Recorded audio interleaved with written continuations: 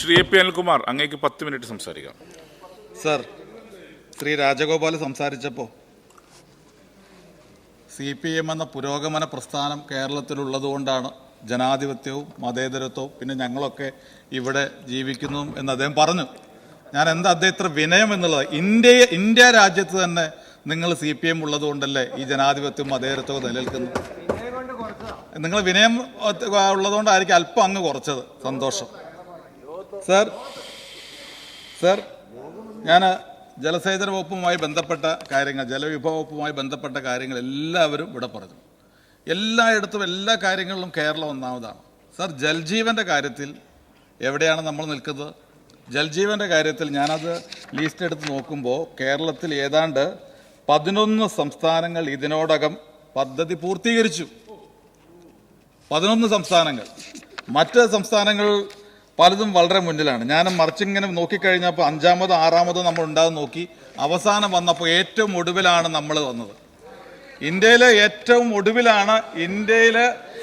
ഒടുവിലാണ് ഇതുവരെ 54% നമ്മൾ പൂർത്തീകരിച്ച്. സർ, അങ്ങ് മറുപടി പറയുമ്പോൾ ഇത് കേന്ദ്ര സഹായത്തോടു കൂടി നടപ്പാക്കുന്ന പദ്ധതിയാണല്ലോ. അപ്പോൾ കേന്ദ്ര ഗവൺമെൻറ് എത്ര ഫണ്ട് അനുവദിച്ചു, സംസ്ഥാന ഗവൺമെൻറ് എത്ര ഫണ്ട് അനുവദിച്ചു, അതൊന്ന് അങ്ങ് മറുപടിയിൽ പറഞ്ഞാൽ നിന്നാമായിരുന്നു. സാർ, ഇപ്പോൾ ജൽജീവൻ പദ്ധതി യഥാർത്ഥത്തിൽ എല്ലാവർക്കും അറിയാം. കാരണം എന്താണെന്നറിയാം, അത്ര ഇവിടെ പറഞ്ഞല്ലോ, ഞാൻ ആവർത്തിക്കുന്നില്ല. നമ്മുടെ ഗ്രാമീണ റോഡുകൾ മുഴുവൻ വെട്ടിപ്പൊളിച്ച് യാത്ര ചെയ്യാൻ പറ്റാത്ത രീതിയിലാണ്. സാർ, ഞാനൊരു 5-6 പ്രാവശ്യം ജൽജീവൻ മിഷനുമായി ബന്ധപ്പെട്ട ഉദ്യോഗസ്ഥന്മാരുടെയും PWD ഉദ്യോഗസ്ഥന്മാരുടെയും മീറ്റിംഗ് വിളിച്ചു ചേർക്കുണ്ടായി. സാർ, അവർ തമ്മിൽ പരസ്പരം പ്രശ്നങ്ങളാണ്. ആ JJMുമായി ബന്ധപ്പെട്ട് ഒരുപാട് പരാതികളാണ് PWDക്ക് പറയാനുള്ളത്. PWDയെ കുറിച്ച് ഇവരും പറഞ്ഞു. ഇവരുടെ പ്രശ്നങ്ങൾ തീർക്കലാണ് സാർ ഇപ്പോഴത്തെ ഞങ്ങളുടെയൊക്കെ പ്രധാനപ്പെട്ട ജോലി. അപ്പോൾ അതുകൊണ്ട് സാർ, എത്രയും പെട്ടെന്ന് ജൽജീവൻ മിഷൻ പ്രോഗ്രാം നമുക്ക് എല്ലായിടത്തും കുടിവെള്ളം എത്തിക്കുക എന്നുള്ള ലക്ഷ്യമാണ് നമ്മുടെ മുന്നിലുള്ളത്. കേന്ദ്ര ഗവൺമെൻറ്റിൻ്റെ സഹായം, സംസ്ഥാന ഗവൺമെൻറ്റിൻ്റെ സഹായം, പഞ്ചായത്തിൻ്റെ സഹായം, ഗുണഭോക്താക്കളുടെ സഹായം, ഇതെല്ലാം കൂടിയിട്ടാണല്ലോ ഈ സ്കീം. അല്ലാതെ നിങ്ങളുടെ പറയുന്ന പോലെ 100% ഈ ഗവൺമെൻറ് പണം ചെലവഴിച്ചുള്ള ഒരു പദ്ധതി അല്ലല്ലോ. പക്ഷെ അത് നടപ്പാക്കുന്നത് നിങ്ങളാണ്. അതുകൊണ്ട് അതൊന്ന് വേഗത്തിൽ നടപ്പാക്കണം എന്നാണ് എനിക്ക് അതുമായി ബന്ധപ്പെട്ട ഒരു കാര്യം സൂചിപ്പിക്കാനുള്ളത്. സർ, ഭക്ഷ്യ വകുപ്പുമായി ബന്ധപ്പെട്ട് ഞാൻ വാർത്ത കണ്ടതാണ്, എനിക്കറിയില്ല. നമുക്കറിയാം, മലയാളി സംബന്ധിച്ചിടത്തോളം റേഷൻ ഷാപ്പ്, റേഷൻ കട എന്നൊക്കെ പറഞ്ഞത് വൈകാരികമായി വളരെ അടുപ്പമുള്ള ഒന്നാണ്, നമ്മുടെ അസ്തിത്വവുമായി ബന്ധപ്പെട്ട് നിൽക്കുന്ന ഒന്നാണ്. അപ്പോൾ അങ്ങനെയുള്ള റേഷൻ കടകൾ ഏതാണ്ട് 3872 റേഷൻ കട പൂട്ടാൻ പോകുന്നു എന്നൊരു വാർത്ത കണ്ടോ? ശരിയാണോ എന്ന് എനിക്കറിയാം. വാർത്തയുടെ അടിസ്ഥാനത്തിൽ സംസാരിക്കുന്നു. ഏതാണ്ട് നമുക്കറിയാം 94,31,27 റേഷൻ കാർഡുകളും 13,872 റേഷൻ കടകളുണ്ടെന്നാണ് പറയുന്നത്. അപ്പോൾ അതിനകത്ത് 4000 പൂട്ടിക്കഴിഞ്ഞാൽ സ്ഥിതി എന്താ സർ? അപ്പോൾ അതുകൊണ്ട് റേഷൻ കടകൾ നമുക്ക് ആളുകൾക്ക് അതിനകത്ത് ഇപ്പോൾ സാധനങ്ങളൊന്നും ഇല്ലെന്ന് എല്ലാവർക്കും അറിയാം. പക്ഷേ ഇല്ലെങ്കിൽ പോലും ഒരു റേഷൻ കാർഡ് സ്വന്തമായി ഉണ്ടാവുക എന്ന് പറയുമ്പോൾ അതിന് ഒരു വലിയ വില മലയാളി നൽകുന്നുണ്ട്. മാത്രമല്ല, പല കാര്യങ്ങൾക്കും ഇന്ന് റേഷൻ കാർഡ് ചോദിക്കുന്ന ഒന്നാണ്. അപ്പോൾ അതുകൊണ്ട് റേഷൻ കാർഡും റേഷൻ ഷാപ്പും ഒക്കെ നിലനിർത്തണമെന്നാണ് എനിക്ക് സൂചിപ്പിക്കാൻ. അതുപോലെ തന്നെ നമ്മുടെ സംസ്ഥാന സമ്മേളനം CPMന് നടക്കുന്നിടയിൽ ഏതോ പത്രത്തിൽ വായിച്ചു. ഞാൻ ആധികാരികമായിട്ട് എനിക്ക് അറിവില്ലാത്തതുകൊണ്ട് പറയുകയാണ്. അതിനകത്തൊരു വാർത്ത ഞാൻ കണ്ടത്, CPM സമ്മേളനത്തിലെ നയരേഖ അനുസരിച്ച് റേഷൻ കാർഡ് ഉടമകൾക്ക് നീല വെള്ള എന്നുള്ള രീതിയിൽ സെസ് ഏർപ്പെടുത്തുന്നു എന്നൊരു വാർത്ത വായിച്ചു. ശരിയാണോ എന്ന് എനിക്കറിയില്ല. ഏതോ പത്രങ്ങൾ ഞാൻ അതുകൊണ്ടാണല്ലോ പറഞ്ഞത്. ഞാൻ നിങ്ങൾ പറയുന്ന പോലെ ആധികാരികമായിട്ടല്ല, പത്രത്തിൽ വായിച്ചതാണ്. സെസ് ഏർപ്പെടുത്തും, ദയവേത് റേഷൻ കാർഡിൽ നിന്ന് സെസ് ഏർപ്പെടുത്തുന്ന ഒരു സാഹചര്യം ഉണ്ടാവരുത് എന്നാണ്. ഇല്ലെങ്കിൽ നല്ലത് ഉണ്ടാവരുത് എന്നാണ് എനിക്ക് അതുമായി ബന്ധപ്പെട്ട് സൂചിപ്പിക്കാനുള്ളത്. പിന്നെ സർ, നമുക്ക് നമ്മുടെ വന്യമൃഗങ്ങളുടെ ഒരു പ്രയാസം, അതുപോലെ തന്നെ ക്ഷീര കർഷകരുടെ ഒരു പ്രയാസം, വന്യമൃഗങ്ങൾ നമ്മൾ മൃഗസംരക്ഷണ വകുപ്പ് ഇന്ന് ചർച്ച ചെയ്യുകയാണ്. സാർ, മൃഗങ്ങൾക്ക് ഇന്ന് മനുഷ്യനെ പോലെ തന്നെ ഇന്ന് രക്ഷയില്ലാത്ത അവസ്ഥയാണ്. സാറേ, ബഹുമാന്യനായ UA ലത്തീഫ് ML അദ്ദേഹത്തിൻ്റെ നിയോജകമണ്ഡലത്തിൽ പുലി ഇറങ്ങി ഒറ്റ രാത്രി 7 ആടുകളെയാണ് കടിച്ചു കൊന്നത്.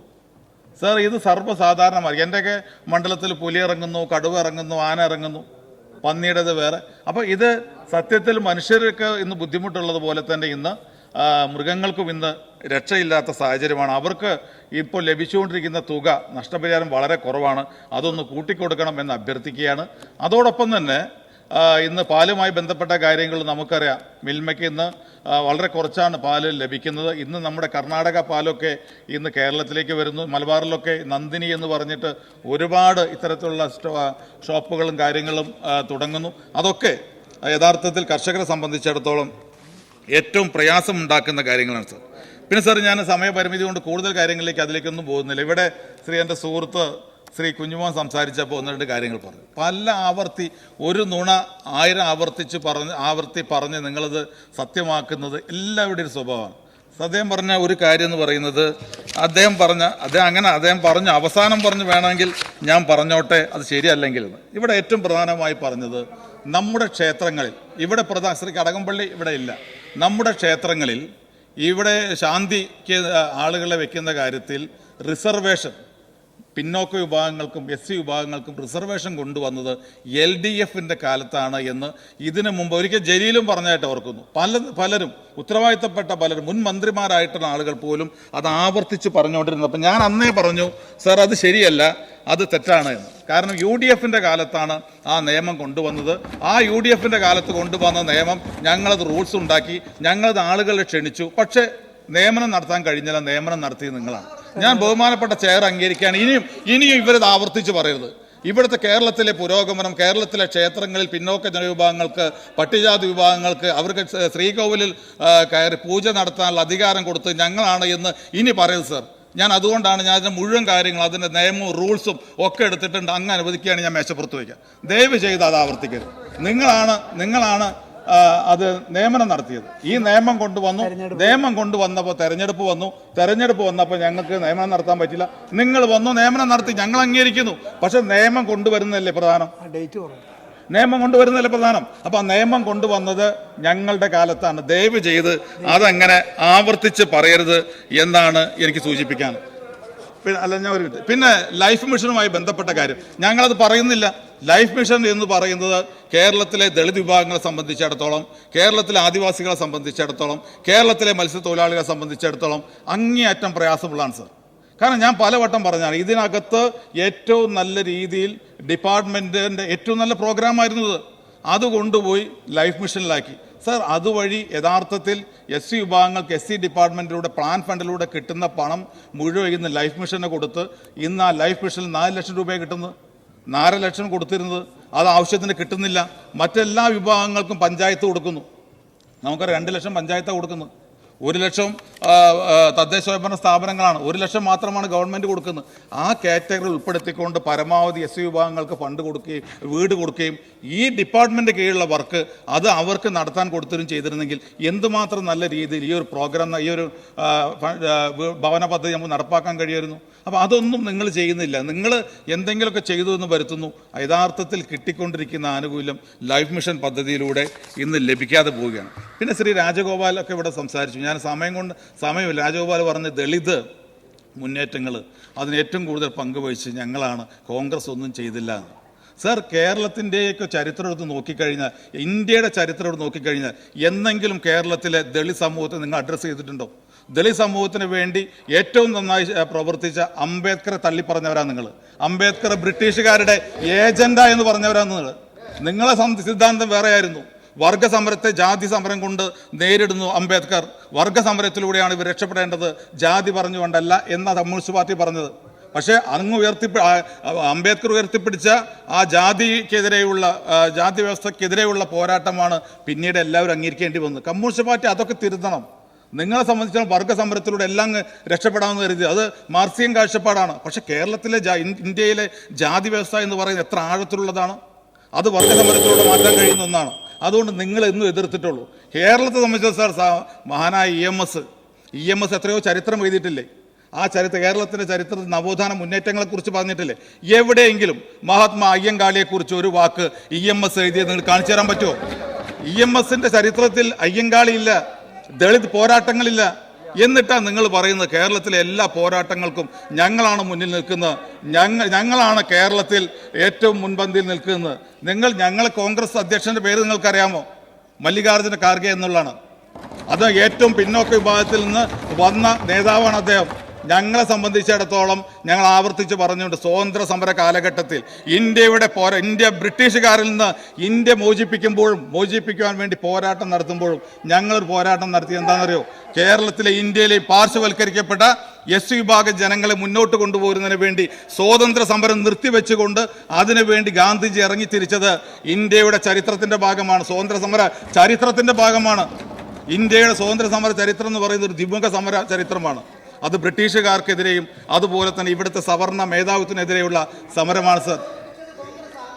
അത്തരത്തിലുള്ള സർ ഞങ്ങൾക്ക് സർ പ്ലീസ് സമയമില്ല. ബെല്ലടിച്ചു സർ. പിന്നെ ഞാൻ മറ്റൊരു കാര്യം പറയട്ടെ. ഞാൻ അങ്ങനെ എഴുന്നേറ്റപ്പോഴാണ് അതേ വീണ്ടും ഒരു കാര്യം ആവർത്തിച്ച് പറയും. ഇവിടെ പലരും പറയുന്നൊരു കാര്യം എന്താണ്? പൈലറ്റ് ഒരു മിനിറ്റ് പ്ലീസ്. ഇങ്ങോട്ട് നോക്ക്. പൈലറ്റ് കേരളത്തിൽ 2016 ശേഷം, അതായത് പിണറായി വിജയൻ ഗവൺമെന്റ് വന്നതിന് ശേഷമാണ് നമ്മുടെ കുട്ടികളുടെയൊക്കെ സ്വപ്നങ്ങൾക്ക് ചിറക് മുളച്ചത്.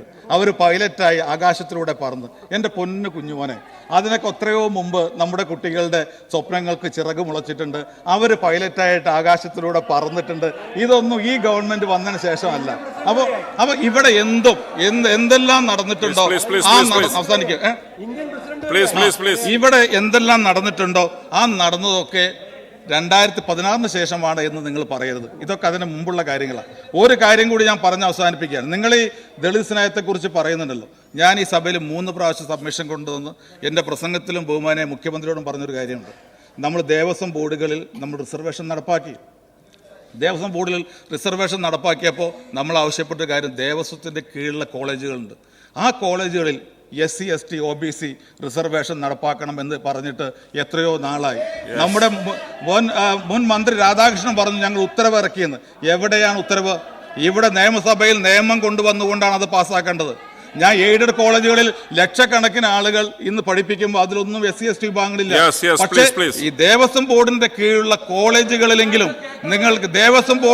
കോളേജുകളിലെങ്കിലും സംവരണം ഏർപ്പെടുത്തുവാൻ കഴിഞ്ഞ 9 വർഷമായി നിങ്ങൾക്ക് കഴിഞ്ഞിട്ടില്ല. യാതൊരു സംശയവും വേണ്ട. ഈ 2026 കഴിഞ്ഞാൽ UDF അധികാരത്തിൽ വന്നാൽ ഞങ്ങൾ ആദ്യം ചെയ്യാൻ പോകുന്ന കാര്യങ്ങൾ അതായിരിക്കും എന്നുള്ള കാര്യത്തിൽ യാതൊരു സംശയം വേണ്ട. ഞാൻ ഈ ധനാഭ്യർത്ഥനകൾ എതിർക്കുകയാണ് സർ. കാര്യം മെൻഷൻ ചെയ്യാം. അങ്ങയുടെ അനുവാദത്തോടുകൂടി ഒരു കാര്യം മെൻഷൻ ചെയ്യാൻ.